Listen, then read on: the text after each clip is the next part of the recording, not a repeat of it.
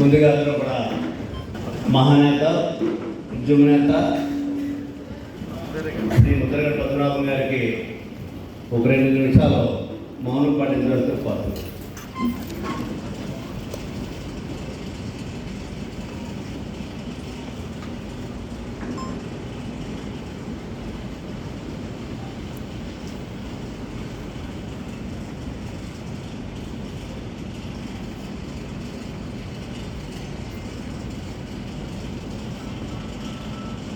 ఈరోజు మెండపేట నియోజకవర్గ ముద్రగడ పద్మనాభం గారి అభిమానులు, నియోజకవర్గ అన్ని గ్రామాల నుంచి వచ్చినటువంటి మిత్రులు, నాయకులు అందరికీ కూడా నమస్కారాలు.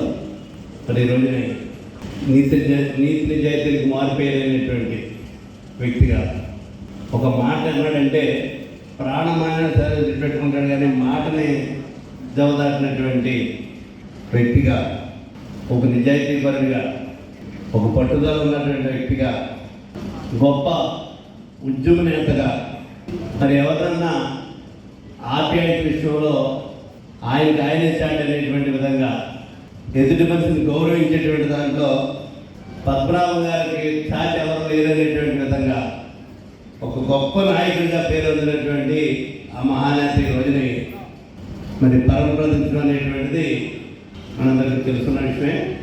ఆ మహానాయకుడికి నివాళులు అర్పించేటువంటి కార్యక్రమం మెండపేట కోప అభ్యుదయ సంఘం తీసుకోవడం అనేటువంటిది చూస్తున్నాం మనం.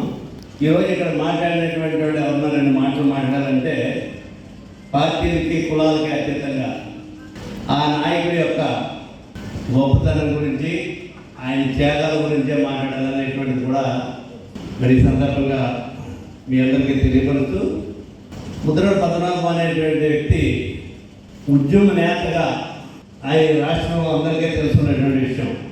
అయితే ఇక్కడ పద్మనాభం గారి గురించి మాట్లాడేటప్పుడు ముందు కొన్ని విషయాలు అందరికీ తెలియాలి.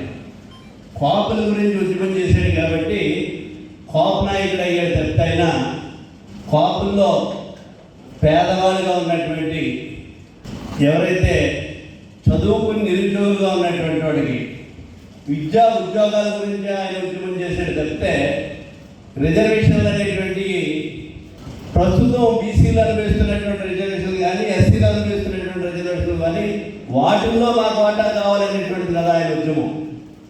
ఏదైతే ఈ రాష్ట్రంలో చదువుకుని నిరుద్యోగులుగా ఉన్నటువంటి వాడికి విద్యలోని ఉద్యోగాల్లోని రిజర్వేషన్లు కావాలనేటువంటిదే ఆయన చేసినటువంటి ఉద్యమం. కాపుల్లో ఎస్సీల్లో రిజర్వేషన్స్ ఉన్నాయి, బీసీలో రిజర్వేషన్స్ ఉన్నాయి. ఇంకా రిజర్వేషన్స్ కావాల్సింది కాపులు, అధిక జనాభా ఉన్నటువంటి కాపుల్లో, పేదరికంలో ఉన్నటువంటి కాపులకి, చదివించుకోలేక ఉద్యోగాల్లో రాక ఇబ్బంది పడుతున్నటువంటి వాళ్ళకి అలాంటి అవకాశాలు కావాలంటే ప్రభుత్వంలో రాజ్యాంగపరంగా ఉన్నటువంటి హక్కులు మాకు కూడా కావాలనేటువంటి దాని గురించి ఆయన ఉద్యమం చేశారు. కానీ ఆయన గురించి కొన్ని విషయాలు మీకు చెప్పాలి. ఇక్కడ ఆయనకి ఉద్యమం అంటే ఈ సామాజిక వర్గం గురించి చేశాడు తప్పితే ఆయనకు ఉన్నటువంటి అత్యంత సన్నిహితంగా ఆయన అధికారంలో ఉన్నప్పుడు, ఆయన మంత్రిగా ఉన్నప్పుడు పద్మనాభం గారు నాకు తెలిసినంత వరకు 83లో తెలుగుదేశం గవర్నమెంట్లో ఆయన మంత్రిగా ఉన్నప్పుడు మన జిల్లా నుంచి ఎక్సైజ్ మంత్రిగా పద్మనాభం గారు ఎక్సైజ్ మంత్రి చేశారు. పద్మనాభం గారికి రవీంద్రనాథ్ చౌదరి గారు అంటే అత్యంత సన్నిహితమైనటువంటి వ్యక్తి. చాలా గౌరవంగా ఆయన కానీ, ఆయన భార్యని కానీ ఎంతో గౌరవంగా ఆయన మాట్లాడేవాడు. అయితే మీకు తెలియాలనే విషయాలు ఎంత చెప్పారంటే 94 ఎన్నికల్లో నేను ఇండిపెండెంట్గా రామచంద్రపురం నుంచి ఎమ్మెల్యేగా పోటీ చేస్తుంటే పిల్లి సోమన్ చంద్రబోస్ గారికి ఆయన ప్రచారానికి వచ్చాడు. ఆ రోజు పిల్లి సోమన్ చంద్రబోస్ గారిని ఎమ్మెల్యే గెలిపించాలని చెప్పేసి ఆయన తరఫున ప్రచారం వచ్చాడు ఆయన. అంటే నేను కాపు కదా, ఇది చాలామంది మా నియోజకవర్గం నుంచి పెద్దలందరూ వెళ్ళి ఇండిపెండెంట్గా ఒక కుర్రోడిని తోట తిరుగుతుందనే వ్యక్తిని పోటీ చేపిస్తున్నాం, మీరు కొత్తగా ఉద్యమం చేశారు, ఆ ఉద్యమానికి మేమందరం మద్దతు ఇచ్చాం, మీరు దయచేసి మీరు ప్రచారానికి రావద్దు రామచంద్రపురం అని చెప్పేసి ఒక 10 మంది ఒక 10 కార్లు వేసుకుని ఆయన దగ్గరికి వెళ్తే నేను మాట ఇచ్చాను, బోస్ గారిని వచ్చి ప్రచారం చేయడమే కాకుండా గెలిపిస్తాను, గెలిపించిన తర్వాత క్యాబినెట్లో కూడా ఆయనకు మంత్రి ఇస్తానని చెప్పినటువంటి వ్యక్తి పద్మనాభం గారు. అంటే ఒక కులానికి ఆయన పరిమితమా కాదా అనేటువంటి విషయాలు చెప్పిన తర్వాత మీకు కూడా అర్థమవుతుంది. అనేటువంటి ఉద్యమం అనేటువంటిది ఆయన చేయడం కాపుల కోసం చేశాడు, పేదవాళ్ళ కోసం. కానీ ఆయనకు ఉండేటువంటి స్నేహాలు కానీ ఆయనతో ఉండేటువంటి అత్యంత సన్నిహితం కానీ ఎవరికి ఉన్నదే, ఆయన ఎవరికి ఉపయోగపడడానికి ఆయన చెప్పిన మాట ప్రకారంగా రామచంద్రపురం నియోజకవర్గం వచ్చి 2 రోజులు ప్రచారం చేసి బోస్ గారిని గెలిపించమని అన్ని ఊరు తిరిగాడు. చివరిగా కోరిమిల్లి మీదుగా వెళ్తుంటే కోరిమిల్లో ఉన్నటువంటి పెద్దలు కొంతమంది పద్మనాభం గారు మీరు రావడం బాగోలేదని మాకు కూడా చెప్పారు ఆయనకి, అక్కడ ఉన్నటువంటి పెద్దలు. ఆ విధమైనటువంటి నిబద్ధత కలిగినటువంటి వ్యక్తి.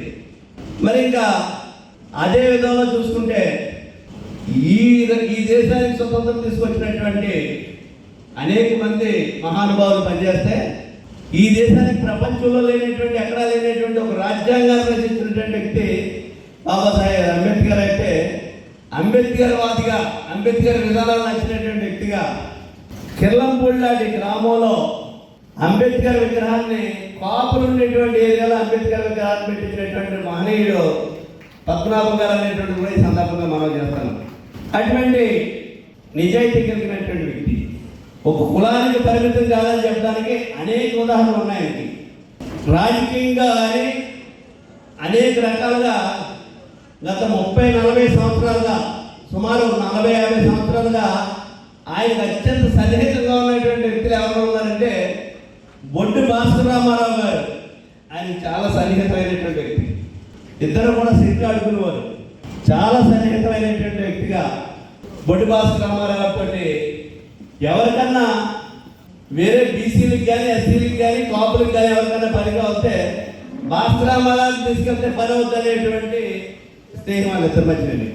మరి ఇక అమలాపురం నుంచి 89లో కాంగ్రెస్ పార్టీలో మంత్రిగా చేసినటువంటి కుడుపూడి ప్రభాకర్ రావు గారు చాలా సన్నిహితమైనటువంటి వ్యక్తి. ఆయన కుడుపూడి చిట్టబ్బాయారు ఉన్నారంటే ఆయన చనిపోయేంత వరకు చిట్టబ్బాయారు చాలా నెలకు ఒకసారి పద్మనాభం గారి దగ్గరికి వెళ్ళేటువంటి పరిస్థితి ఉండేది. ఇప్పుడు ఉన్నటువంటి కుడుపూడి సూనాలు అన్నారంటే చిట్టబ్బాయి గారు మన పద్మనాభం గారికి అత్యంత సన్నిహితమైనటువంటి వ్యక్తి. ఇలా అనేక ప్రాంతాల నుంచి ఆయనకి చేసినటువంటి ఉద్యమం కాపుల కోసం చేసిన ఆయనకి ఆ సమాజంలో ఉన్నటువంటి అందరితోటి సొసైటీలో చాలా చాలా మంచి పరిచయాలు కానీ ఉన్నటువంటి వ్యక్తి. ఇంటికి ఎవరిని వెళ్ళారంటే అతను చెట్టు కుర్రాడు వెళ్ళినప్పటికీ, ఎవరు వెళ్ళినప్పటికీ తమరు ఎవరండి అయ్యే చెప్పండి అని ఎంతో గౌరవంగా, మనం సిగ్గుపడేటువంటి పరిస్థితి.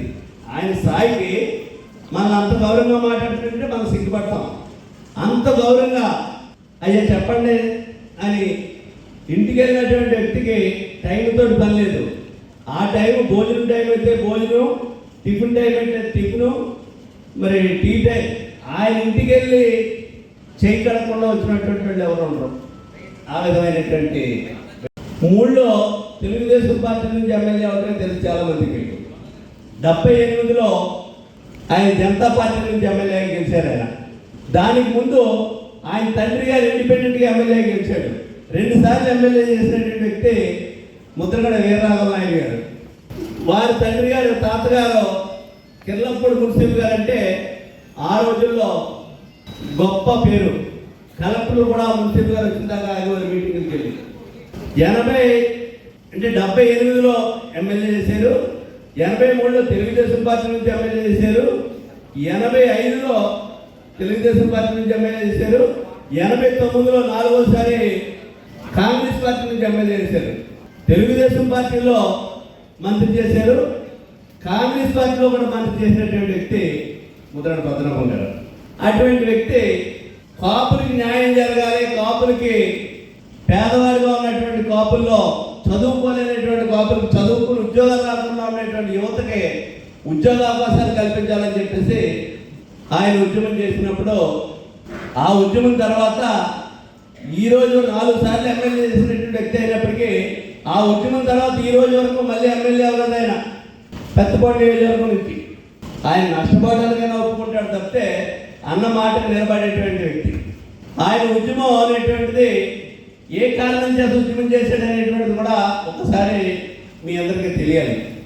కాంగ్రెస్ గవర్నమెంట్ అధికారంలో ఉండగా అమలాపురంలో ఒకసారి మేమందరం మీటింగ్ పెట్టి ఈ రిజర్వేషన్ కావాలనేటువంటి దాని గురించి ఉద్యమానికి ముందుది రిజర్వేషన్ కావాలనేటువంటి దాని గురించి మేమందరం సమావేశాలు పెట్టుకుని జిల్లాలో అన్ని చోట్ల కూడా కాపు సమాజ వర్గం నుంచి మీటింగులు పెట్టి రిజర్వేషన్ గురించి పోరాడాలనేటువంటి ఆలోచన వచ్చినప్పుడు ఆనాడు ముఖ్యమంత్రిగా ఉన్నటువంటి కోట్ల విజయభాస్కర్ రెడ్డి గారు ఒక మీటింగ్ నిమిత్తం సోమసుందర్ రెడ్డి గారు రావులపాలెం తీసుకురావడం కోసం ఒక సభ పెట్టారు. అక్కడ రావులపాలెంలో పెద్ద సభ జరుగుతుంటే ఆ సభలోకి వెళ్ళి మా యొక్క రిజర్వేషన్ గురించి మాకు న్యాయం చేయండి అని అడగటం కోసం కోనసీమలో అనేక ప్రాంతాల్లో, జిల్లాలో అనేక ప్రాంతాల్లో మీటింగ్లు పెట్టుకుంటాం అనేటువంటిది ఇంటెలిజెన్స్ డిపార్ట్మెంట్ ద్వారా ప్రభుత్వానికి చేరితే ప్రభుత్వం నుంచి అటువంటి నాయకులు ఎవరున్నారో గుర్తించి వాళ్ళందరినీ అరెస్ట్ చేయండి, అవసరం చేయండి, మీటింగ్ రాకుండా చూడండి అని చెప్పేసి ఆదేశాలు రావడం జరిగింది. అప్పట్లో నేను అమలాపురంలో నన్ను కానీ, నల్లా సూర్యచంద్రరావు కానీ, ఇంకా అక్కడ ఉన్నటువంటి అనేక మంది నాయకులు కానీ, కొత్తపేటలో ఉన్నటువంటి సలాద్ అబ్బాయి కాపు ఇలాంటి చాలామంది అరెస్ట్ చేయడానికి అవసరం చేస్తుంటే మేమందరం ఇంట్లోంచి దొడ్డుదారిలోంచి తెల్లవారుజామున వచ్చేసాం రావులపాలెం. కానీ కొత్తపేట సలాద్ అబ్బాయి కాపు గారిని మాత్రం రానివ్వట్లేదంటే ఆయన అప్పటికే ఒక 60 సంవత్సరాల వయసు ఉంటుంది. ఆయన వేషం మార్చుకుని ఒక విగ్గు పెట్టుకుని ప్యాంటు షర్ట్ వేసుకుని, ఆయన పంచి కడతాడు ఎప్పుడు, ప్యాంటు షర్ట్ వేసుకుని మారు వేషంలో మీటింగ్కి వచ్చాడు. మీటింగ్ మధ్యలో ముఖ్యమంత్రి గారు విజయభాస్కర్ రెడ్డి గారు మాట్లాడుతున్న టైంలో కాపులకి రిజర్వేషన్ చేస్తే ప్లే కార్డు పట్టుకుని నినాదాలు చేస్తుంటే పోలీసు వాళ్ళు లాఠీ చార్జ్ చేస్తే ఆయన బుర్రబద్దలాసిపోయింది. ఆయనతో పాటు అనేక మందికి తల చెట్లు పోయి పెద్ద రభసరభస అయిపోయింది ఆ మీటింగ్ అంతా. అప్పుడు అందరం మళ్ళీ మా మీటింగ్లు పెట్టుకుని న్యాయమైనటువంటి మా కోరికలు తీర్చమంటే ప్రభుత్వం రక్తం చిందించింది ఈ గడ్డ మీద, దీన్ని వదిలేయకూడదు అనేటువంటి తెలుసులు అందరూ కూడా పట్టుదలకి అదే స్థలంలో రక్తం చిందించేటువంటి స్థలంలో మీటింగ్ జరపాలి, ఈ ప్రభుత్వానికి కళ్ళు తెరిపించేటువంటి విధంగా మీటింగ్ జరపాలి అనేటువంటి ఆలోచన ఆ రోజు నాయకులందరూ చేశారు. రాష్ట్ర వ్యాప్తంగా ఉన్నటువంటి నాయకులు ఈ రాష్ట్రంలో ఉన్నటువంటి అన్ని ప్రాంతాల నుంచి తరలి రావాలనేటువంటి చెప్తే కనీవిని జరిగినటువంటి విధంగా రావులపాలెంలో విజయభాస్కర్ రెడ్డి గారు ముఖ్యమంత్రిగా ఉండగా పెట్టినటువంటి సభ ఏదైతే ఉందో ఆ స్థలంలో కొన్ని లక్షల వేల సంఖ్యలో జనం వచ్చారు. వచ్చినప్పుడు ఆ సభకి పద్మనాభం గారు కూడా వచ్చారు. దానికి ముందే పద్మనాభం గారు ఆ మీటింగ్ వచ్చే ముందు ఆ సభ తారీఖు నాకు గుర్తులేదు కానీ 12 గంటలకి మీరు ఈ రిజర్వేషన్ మీద ఒక ప్రకటన ఇవ్వకపోతే మాత్రం నా పదవికి రాజీనామా చేస్తానని చెప్పేసి అంతకు ముందే ఒక పేపర్ స్టేట్మెంట్ ద్వారా ప్రకటించడం జరిగింది. ఆయన ఖచ్చితంగా ఆ రోజు ఆయన కూడా సభకు రావడం జరిగింది. సంగీత వెంకటరెడ్డి గారు మంత్రిగా ఉన్నారు, ఆయన కూడా వచ్చారు ఆ సభకి. జక్కపూడి రామ్మోహన్ గారు ఎమ్మెల్యే ఉన్నారు, ఆయన కూడా వచ్చారు. ఆ సభలో 12 గంటలు చూసిన తర్వాత 12 గంటలు 1 నిమిషానికి ప్రభుత్వం స్పందన లేదని చెప్పేసి రాజీనామా చేసి తన పదవి రాజీనామా చేసినటువంటి వ్యక్తి ముద్రగడ పద్మనాభం గారు అనేటువంటిది ఈ సందర్భంగా మీ అందరికీ చెప్తున్నాం. అటువంటి నిబద్ధత కలిగినటువంటి వ్యక్తి ఆ రాజీనామా చేసిన తర్వాత కిర్లంపూడిలో ఒక ఉద్యమం చేపట్టారు. ఆ ఉద్యమంలో చాలామంది పాల్గొన్నారు. ఆ ఉద్యమం తర్వాత ప్రభుత్వానికి అల్టిమేట్ ఇచ్చి నిరాహార దీక్ష ప్రకటించాడు. నిరాహార దీక్ష ప్రకటించి ఆమర నిరాహార దీక్ష ప్రకటించాడు. ఆమర నిరాహార దీక్షలో ఆయనతో పాటు ఆయన భార్య కూడా కూర్చోబెట్టుకున్నాడు పక్కనే. ఆయనతో పాటు ఎవరైతే రావులపాలెం సభలో దెబ్బతిన్నటువంటి రక్తం చూపించినటువంటి నాయకులు ఎవరైతే ఉన్నారో నల్ల సూర్చంద్రరావు కానీ, అక్కడ ఉన్నటువంటి స్థలాది అబ్బాయి బాబు గారు కానీ, ఆకులు రామకృష్ణ కానీ, ఇలాగ అనేక మంది ఆయనతో పాటు కూర్చున్నారు. కూర్చున్నప్పటికీ ఒక 4-5 రోజులు, వారం రోజులు గడిచినప్పటికీ, 10 రోజులు గడిచినప్పటికీ కూడా ప్రభుత్వం నుంచి ఏ స్పందన కనపడలేదు. ప్రభుత్వం నుంచి స్పందన కనపడకపోతే ఒక రాత్రి అధికారం ఉంది కదా అని చెప్పేసి పోలీసులకి ఏ ఇన్ఫర్మేషన్ వచ్చిందంటే ఈ శిబిరాన్ని లేపేసి వాళ్ళందరినీ తీసుకెళ్లి హాస్పిటల్లో జాయిన్ చేయండి అని చెప్పేసి ప్రభుత్వం నుంచి పోలీసులకు వచ్చినటువంటి ఇన్ఫర్మేషన్ ఈయనకి కూడా తెలిసింది. ఆ ఈయనకి కూడా తెలిసినప్పుడు దానికి ముందు వారం రోజులు, 10 రోజులు ఆయన ఉద్యమం నడిచినప్పుడు ఈ రాష్ట్రంలో ఉన్నటువంటి కాపు సామాజిక వర్గంలో ఉన్నటువంటి వాళ్ళు కానీ, ఆయన అభిమానులు కానీ కొన్ని లక్షల సంఖ్యలో, రోజు వేలాది మంది, లక్షలాది మంది ఆయన శిబిరం దగ్గరికి వెళ్ళి ఆయనకు మద్దతు తెలిపినటువంటి పరిస్థితులు. ఇక్కడ నుంచి అయితే కోరిమిల్ నుంచి, మరి కేశవారి నుంచి, అనేక గ్రామాల నుంచి, దోరపూడి నుంచి, మెండపేట నుంచి వేలాదిగా వెళ్ళి ఆయనకి ఆ ఉద్యమానికి మద్దతు ప్రకటించినటువంటి సందర్భాన్ని మీకు గుర్తు చేస్తున్నాం. స్పందన లేదని చెప్పేసి ఏ రాత్రైనా మనం తీసుకెళ్లి పోలీస్ స్టేషన్లో పడేస్తారేమో అన్నటువంటి అనుమానంతో, లేదు హాస్పిటల్లో అడ్మిట్ చేస్తారేమో మనల్ని, మన కార్యక్రమం, మన దీక్ష వృధా కాకూడదు అనేటువంటిది ఒక బలమైనటువంటి నిర్ణయం తీసుకుని అందరినీ అతనితో పాటు కూర్చున్న వాళ్ళందరినీ కూర్చోబెట్టి, మీరెవరైతే నాతో కూర్చున్నారో నేను నా భార్య ఆత్మార్పణ చేయడానికి మేము చావడానికి సిద్ధమయ్యాం. పోలీసులు మన శిబిరం నుంచి అందరిని మనం తీసుకెళ్ళి మన దీక్ష మరి విరమణ చేసే కార్యక్రమం చేస్తే మనందరూ సూసైడ్ చేసుకోవాలని చెప్పేసి పాయిజన్ అంతా తెచ్చి అతని భార్యకి, ఆ కూడా ఉన్నటువంటి 4-5 అతనితో కూర్చున్న వాళ్ళు కూడా ఇచ్చారు. సరే, ఈయనైతే దృఢమైనటువంటి నిర్ణయంతో తప్పితే వాళ్ళకైతే గుండెల్లో రైలు పరిగెత్తి ఇదేంట్రా బాబు ఇక్కడ బుక్ అయిపోయామని. అయినప్పటికీ కూడా నిబద్ధతగా చావడానికి సిద్ధమవుదాం అనేటువంటి నిర్ణయం తీసుకున్నారు వాళ్ళు కూడా ఉన్నవాళ్ళు కూడా.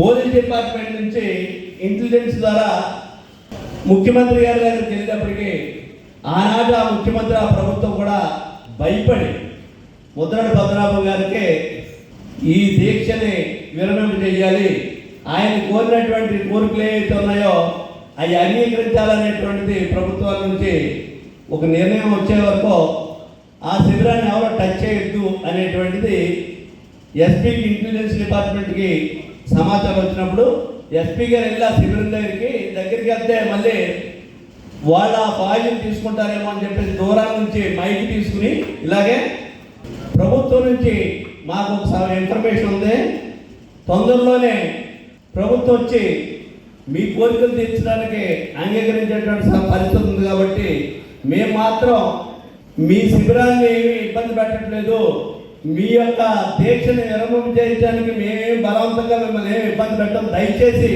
మా పోలీసు వారిని అందరినీ కూడా విత్డ్రా చేసుకున్నాం అని చెప్పి ఉన్నటువంటి పోలీస్ డిపార్ట్మెంట్ తీసుకొచ్చాడు ఎస్పీ వెనక్కి. ఆ తర్వాత ఒక రోజుకి ప్రభుత్వం నుంచి చీఫ్ సెక్రటరీ స్థాయిలో అక్కడ ఉన్నటువంటి నాయకులు అందరూ కూడా వచ్చి ఏదైతే ఈ ఉద్యమం జరుగుతుందో ఉద్యమాన్ని విరమింపజేసి ఆయనకి నిమ్మరసం ఇచ్చి ఆ ఉద్యమంలో ఆయన అడిగినటువంటి కోరికల్లో అక్కడ ప్రస్తుతం కాపులుగా ఉన్నటువంటి యువతకి ఉద్యోగ అవకాశాలు, రిజర్వేషన్లు కావాలంటే ఒక కమిషన్ ఇవ్వాలి, ఆ కమిషన్ వేస్తాం అని హామీ ఇస్తూ దానికంటే ముందుకెళ్ళి ప్రస్తుతం ఉన్నటువంటి విద్య చదువుకునేటువంటి వాళ్ళు స్కాలర్షిప్లు ఇవ్వడానికి కూడా జీవో 30 అనేటువంటి ఆ కార్యక్రమం వివరణ చేసిన తర్వాత ఎక్కడైతే ముఖ్యమంత్రి గారు మనకు హామీ ఇచ్చారో అందుకని చెప్పేసి ముఖ్యమంత్రి గారికి సన్మాన సభ చేయాలని చెప్పేసి కిర్లంపూడి విజయభాస్కర్ రెడ్డి గారిని తీసుకొచ్చి పెద్ద బహిరంగ సభ పెట్టడం జరిగింది. అటువంటి నిబద్ధత కలిగినటువంటి నాయకుడు. ఆ ఉద్యమం తర్వాత ప్రభుత్వం ఓడిపోయింది. ఆనాటి కాంగ్రెస్ పార్టీ 94లో తెలుగుదేశం పార్టీ అధికారంలోకి వచ్చింది. తెలుగుదేశం పార్టీ అధికారంలోకి వచ్చిన తర్వాత అంతకుముందు కాంగ్రెస్ పార్టీలో వేసినటువంటి పుట్టుస్వామి కమిషన్ ఏదైతే ఉందో 2004లో మళ్ళీ కాంగ్రెస్ పార్టీ అధికారంలోకి వచ్చింది. 2004, 2009 కూడా కాంగ్రెస్ పార్టీ అధికారంలో ఉంది. ఈ తర్వాత 2014 ఎన్నికలు వచ్చినప్పుడు చంద్రబాబు నాయుడు గారు పిఠాపురం సభలో కాపులకి రిజర్వేషన్ ఇస్తానని చెప్పేసి బహిరంగంగా ప్రకటించాడు. ఆయన ఎన్నికల మేనిఫెస్టోలో కూడా పెట్టాడు. రిజర్వేషన్ తోటి పాటు ఏదైతే కార్పొరేషన్ కూడా పెడతాను, సంవత్సరానికి 10,000 కోట్లు కాపులకి కార్పొరేషన్ ద్వారా ఇస్తామని చెప్పేసి ప్రకటించడం జరిగింది. అది నమ్మి ప్రజలందరూ ఓట్లేశారు. నేను కూడా ఎమ్మెల్యేకి గెలిచినప్పుడు దీనికి సంబంధించినటువంటి రిజర్వేషన్ గురించి ప్రకటన లేదు చంద్రబాబు నాయుడు గారి గురించి. దానికి అప్పట్లో ఆయన అనేక రకాలైనటువంటి ఉత్తరాలు రాశాడు ప్రభుత్వానికి. అయ్యా చంద్రబాబు నాయుడు గారు, ముఖ్యమంత్రి గారు, మీరేదైతే పిఠాపురం బహిరంగ సభలో ప్రకటించారో, ఎన్నికల మేనిఫెస్టోలో పెట్టారో, ఆ మేనిఫెస్టోలో పెట్టినటువంటి అంశాల ప్రకారంగా మాకు మా రిజర్వేషన్లో కల్పించండి, మీరు చెప్పినటువంటిదే చేయండి అని చెప్పేసి అడిగితే ప్రభుత్వం నుంచి స్పందన లేదు. అప్పుడు నిరాహార దీక్ష ప్రకటించి మళ్ళీ ఆమరణ దీక్ష కూర్చున్నాడు. ఆయన ఆమరణ నిరాహార దీక్ష కూర్చున్నప్పుడు అంతకు ముందే ఎవరిని వెళ్ళొద్దు అక్కడికని చెప్పేసి ఒక ప్రకటన చేశాడు ముఖ్యమంత్రి గారు. ప్రకటన అంటే మా అందరితో పార్టీలో ఉన్నటువంటి వాళ్ళు ఎవరిని కూడా, ఎమ్మెల్యేలు ఎవరిని కూడా దానికి వెళ్ళొద్దని చెప్పారు. సరే, కొంతమంది చాలామంది వెళ్ళలేదు. నేను బోండవమ్మ కూడా వెళ్ళాం. ఆ విషయాలు గతంలో 2 సార్లు చెప్పడం కూడా జరిగింది. అయితే ఇక్కడ చెప్పాల్సింది ఏంటంటే, ఆ రోజు నిరాహార దీక్ష చేస్తున్నప్పుడు ప్రభుత్వం నుంచి స్పందన లేకపోతే ఆయన ప్రాణం మీదకి వచ్చే పరిస్థితి వచ్చింది. చుట్టూ కర్ఫ్యూ పెట్టేశారు. రాష్ట్రం నుంచి ఏ మూల నుంచి కూడా జనం వచ్చినప్పటికి కూడా కెల్లంపూడి చుట్టూలా ఒక వలయంలా పోలీసులు కాపులా కాసేసి లోపలికి వెళ్ళినట్లేదు. పోలీసులు దోసుకుంటూ కూడా ఆయన దగ్గరికి వెళ్ళేటువంటి ప్రయత్నం అనేక మంది చేశారు యువత అందరూ. ఇదంతా చూసి వైజాగ్లో నేవీ ఫీట్లు జరుగుతున్నాయి. దానికి ప్రధానమంత్రి గారు కూడా వచ్చాడు, మోడీ గారు. ఆ టైంలో నేను బొడ్డు భాస్కర్ రామారావు వెళ్ళి ముఖ్యమంత్రి గారితో మాట్లాడి గొడవ పెట్టి మేమందరూని, ఆయన ప్రాణం పోయిందంటే ప్రమాదం జరుగుతుంది, ఈ రాష్ట్రం అల్లకొల్లాలు అయిపోతుంది, ఈ రాష్ట్రం అంతా అల్లకొల్లాలు జరిగిపోద్ది, దయచేసి మీరు ఈ కార్యక్రమాన్ని విరమణ చేయండి అని చెప్పేసి భాస్కర్ రామారావు నేనప్పుడు ఆయన ముందు అవును కాదు అన్నప్పటికీ సరే ఆయన డిమాండ్స్ ఏంటో అడగని పద్మనాభం గారిని అడిగితే ఈయన ఏం చెప్పాడంటే, ఇక్కడ నుంచి ఆయన మా డిమాండ్స్ ఏమీ లేవు, ప్రభుత్వం ఏదైతే చెప్పిందో అవి చేయమనేటువంటిది మేము అడుగుతున్నాం, కానీ కొత్తగా మేము డిమాండ్ చేయట్లేదు. మేనిఫెస్టోలో పెట్టి ఎన్నికలకు ముందు హామీలు ఇచ్చి మా చేత ఓట్లో ఎంచుకున్నారు కాబట్టి కాపు కార్పొరేషన్ ఏర్పాటు చేయాలన్నా చేస్తారన్నారు, చేయండి. కాపులకు రిజర్వేషన్ ఇస్తారన్నారు, ఇవ్వండి. ఈ 2 కార్యక్రమాలు మేము అడుగుతున్నాం అనేటువంటిది ఆయన డిమాండ్ చేసినప్పుడు, సరే మీరు వెళ్ళి మాట్లాడండి అంటే జరగవలసిందే కాబట్టి, బీసీ కార్పొరేషన్ జరగవలసిందే కాబట్టి ఆ మంత్రి గారిని కూడా తీసుకెళ్ళమన్నారు. అప్పుడు వాళ్ళిద్దరం మేమిద్దరం మరి భాస్కర్ రామారావు నేను మేమందరం కలిసి వైజాగ్ నుంచి వచ్చి ఆ రోజులో ఉన్నటువంటి నిరాహార దీక్షలోని ఈ హామీలు ఇచ్చి తొందరలోనే ఒక కమిషన్ ఏర్పాటు చేస్తాం, ఆ కమిషన్ ద్వారా మీకు రిజర్వేషన్ ఇస్తాం, అంతవరకు కాపు కార్పొరేషన్ ద్వారా మీకు నిధులు ఇచ్చి ఆ కార్యక్రమం కూడా చేస్తామని చెప్పేసి హామీ ఇచ్చి ఆ నిరాహార దీక్షలో వచ్చి ఊళ్ళో రైలు రోడ్లో పెట్టారు. రాస్తారాబాలు పెట్టి తర్వాత రైలు రోడ్లో అయింది, విధ్వంసం జరిగింది, అందరికీ తెలుసున్న విషయమే. ఇవన్నీ తర్వాత కాపు కార్పొరేషన్ ఏర్పాటు చేశారు. రిజర్వేషన్ కోసం ఒక కమిషన్ ఏర్పాటు చేశారు, మంజునాథన్ కమిషన్ అని చెప్పేసి. ఆ కమిషన్ రిపోర్ట్ వచ్చింది, కానీ చాలా రోజులకి కాపు కార్పొరేషన్ అయితే ఏర్పాటు చేశారు. కమిషన్ రిపోర్ట్ వచ్చినప్పటికీ కూడా ఆ కమిషన్ రిపోర్ట్ ప్రకారంగా బీసీల్లో చేర్చలేదు. 2019 మే నెలలోనో ఏప్రిల్ నెలలోనో ఎన్నికలు, జనవరి నెలలో ఎలక్షన్ ఈ అసెంబ్లీ పెట్టి అసెంబ్లీలో 5% రిజర్వేషన్ ఇవ్వడానికి చెప్పేసి తీర్మానం చేశారు. నేను కూడా పాల్గొన్నాను దాంట్లోని.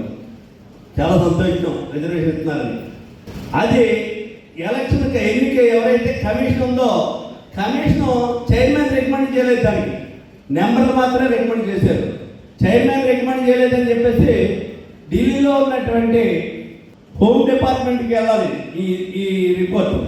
హోమ్ డిపార్ట్మెంట్ నుంచి అసెంబ్లీ తీర్మానాన్ని పంపితే కమిషన్ రికమెండేషన్ లేకుండా పంపించారని చెప్పేసి వెనక్కి పంపించారు. వెనక్కి పంపించిన విషయం ఎవరికీ తెలియదు.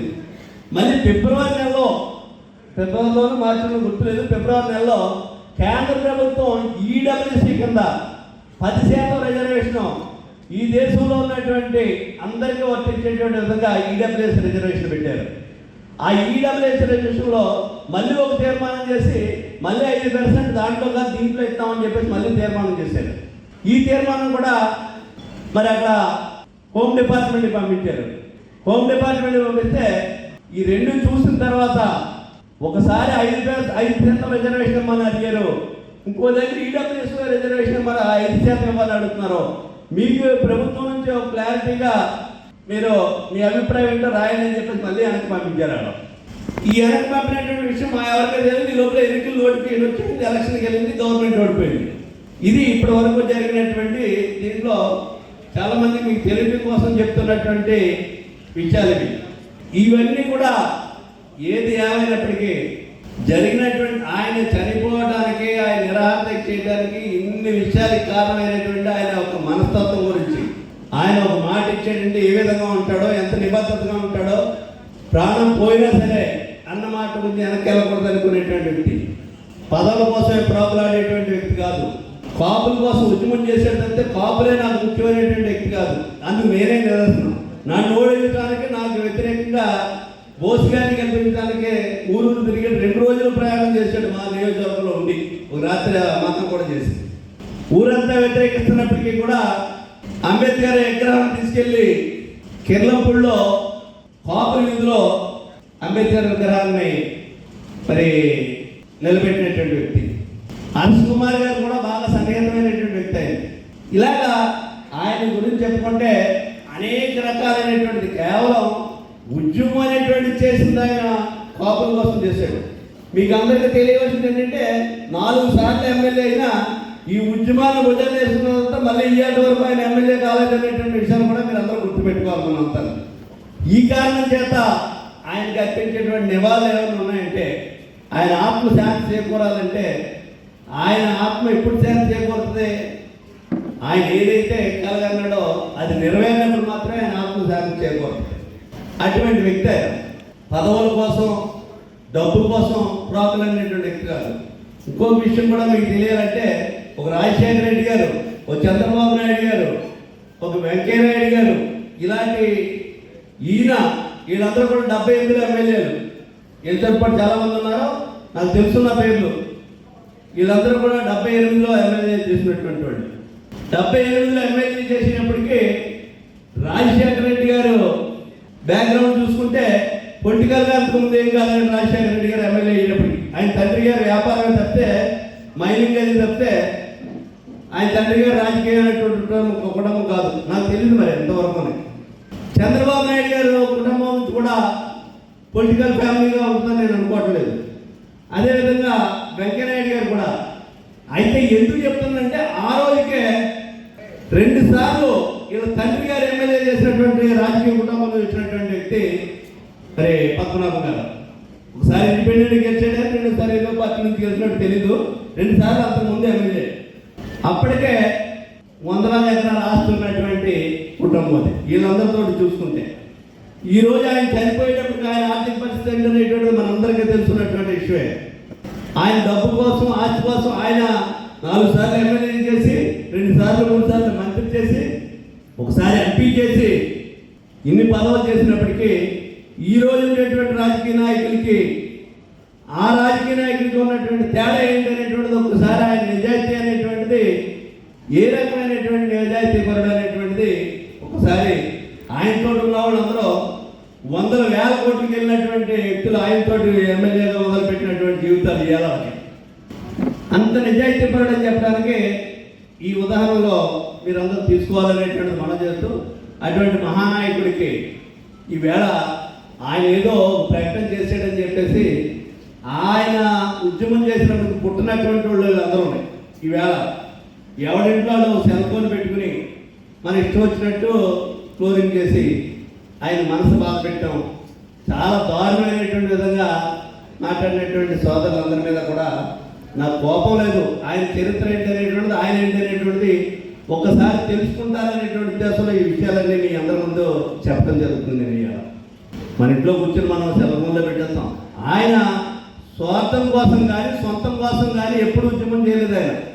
ఈ రకమైనటువంటి ఉద్యమం చేసి సర్వం కోల్పోయి సర్వం త్యాగం చేసినటువంటి వ్యక్తి కుదరడు పద్మనాభం గారు అని చెప్పడానికి ఇంకొకటి సాటి లేదనేటువంటిది తెలియపరుస్తూ ఆయన ఆత్మశాంతి చేకూరాలనేటువంటిది మనస్ఫూర్తిగా మనం కోరుకోవటం కోసమే ఆయన ఘనంగా నివాళులు అర్పించడం కోసం ఏర్పాటు చేసినటువంటి ఈ సభ అనేటువంటిది ఈ సందర్భంగా మీ అందరికీ మనం చేసుకుంటూ వచ్చినటువంటి ప్రతి ఒక్కరికి కూడా హృదయపూర్వకమైనటువంటి ధన్యవాదాలు తెలుపుతున్నాను. ఇది ఒక రాజకీయ ప్రసంగమైనటువంటిది కాదు, రాజకీయ మీటింగ్ కాదు, ఇది అన్ని పార్టీలకు సంబంధించినటువంటి అందరూ ఉన్నాయి. ఇక్కడ కొంచెం ఎక్కువ టైం తీసుకుని చెప్పడానికి వివరాలన్నీ ఇంత వివరంగా ఎవరు చెప్పలేరు కాబట్టి తెలుసుకున్నటువంటి వివరాలు మీ అందరికీ చెప్పాల్సిన బాధ్యత ఉంది కాబట్టి నేను ఈ రోజుని మీ ముందు ఈ విషయాలన్నీ చెప్పాననేటువంటిది మరొకసారి తెలియపరుస్తూ మీ దగ్గర సెలవు తీసుకుంటాను.